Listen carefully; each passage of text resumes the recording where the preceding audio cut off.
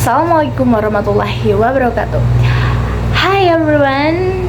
Today I want to tell you. I want to share about constructivism to you. Okay.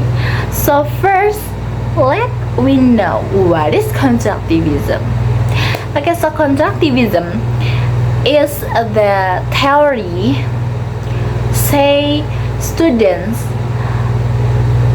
get new knowledge based on experience. In this theory, student is not just listen to the teacher, and student is central in learning. So teacher is not central in learning. Teacher just guide the students. And the philosophers then believe children learn best when they explore, discover, and solve problems. For example, when we learn English, we not just read book. We must not read. We must listening, writing, and even making a mistakes. And I have strength and I have weakness about constructivism. Strength about constructivism is students will be active in class, and then students can improve critical thinking, and then students can be solve their problem. Okay, and next is weakness about constructivism. I have two part. Part 1 to teacher and part 2 to students. To teacher, teacher will find difficult to get concept learn in the class. If the students is so big, for example, in the class the student is 14 student is so big, and part 2 to the students is students will find difficult to get scholarship. Okay, I think enough about constructivism. Next is what I do as a student and as a teacher. As a student, I will join a group discuss. I want to ask question to my teacher, and when I learn English, I not just read a book. I want to listening podcast, music, of course in English, and I write a short text, and I speaking English with my friends, and I believe when I making a mistakes is part of learning, and mistake is can improve our skills. Okay, next, as a teacher.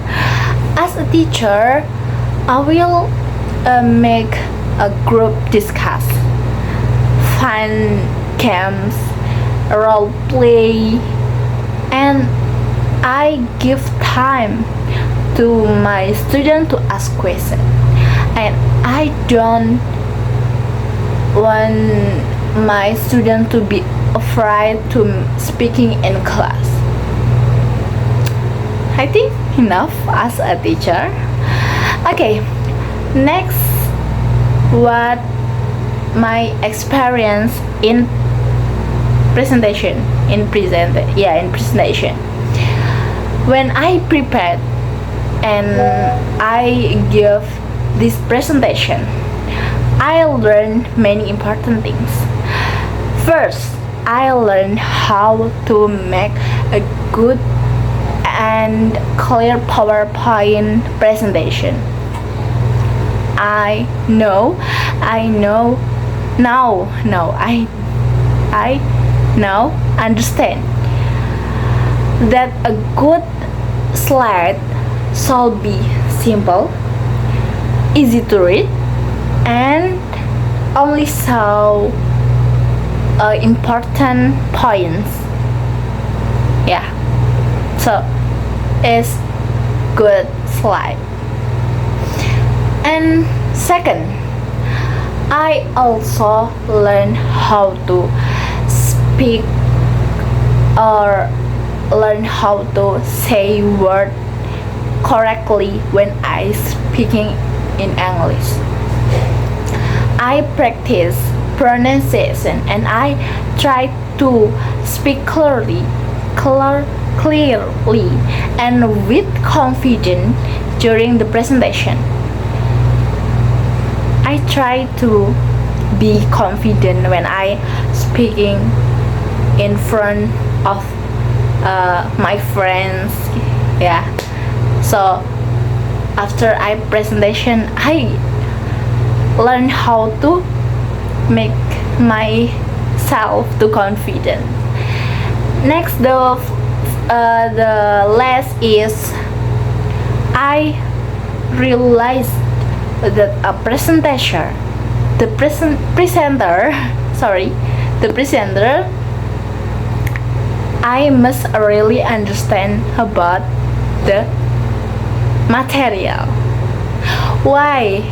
If I know the topic, if I really know about the topic, I can explain it the better and I can make my audience understand what I explain with my audience.